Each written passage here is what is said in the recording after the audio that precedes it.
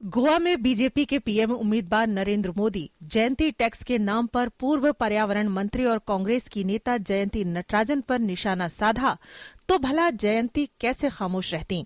जयंती नटराजन ने मोदी पर पलटवार करते हुए उन पर डराने धमकाने का आरोप लगाया है।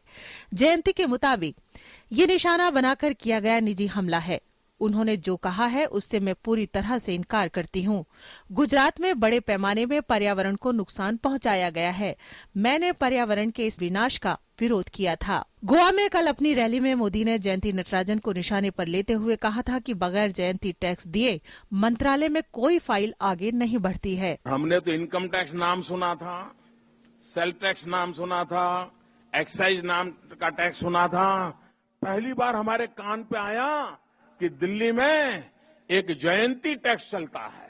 जब तक ये जयंती टैक्स पूरा नहीं होता है, पर्यावरण में, एनवायरमेंट में फाइल इधर उधर हिल नहीं सकती, ऐसा लोग कहते हैं। जयंती के खिलाफ मोदी के आरोपों को सिरे से खारिज करते हुए कांग्रेस और उसके सहयोगी दलों ने मोदी को ही निशाने पर लिया है।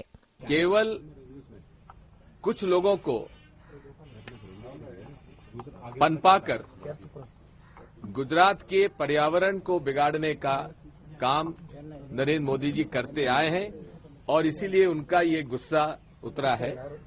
मैं पूछना चाहता हूं नरेंद्र मोदी जी से, आपने जयंती नटराजन जी पर अगर इस प्रकार का आरोप लगाया है तो प्रमाण दीजिए, अन्यथा माफी मांगिए। और मंत्री के रूप में उन्होंने अपनी जिम्मेदारी का निर्वाह किया है और सिर्फ गुजरात के ही जो प्रोजेक्ट थे उनको ही नहीं रोका था, बल्कि कांग्रेस शासित राज्यों के भी जो प्रोजेक्ट थे उनको भी रोका गया था पर्यावरण के नाम पर। विरोधियों के हमले से बेपरवाह बीजेपी मोदी के बचाव में खुलकर खड़ी है।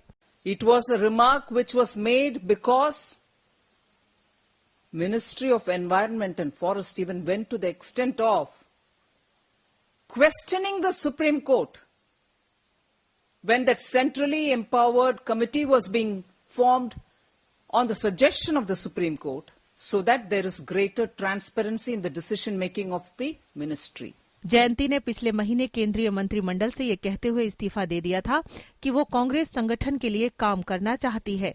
तब से ही विपक्ष आरोप लगा रहा है कि जयंती को उनके काम के चलते हटाया गया है। राहुल गांधी ने भी उनके इस्तीफे के एक दिन बाद ही इशारों में पर्यावरण मंत्रालय के कामकाज पर उंगली उठाई थी। सुधाकर दास, ब्यूरो रिपोर्ट, डीडी न्यूज।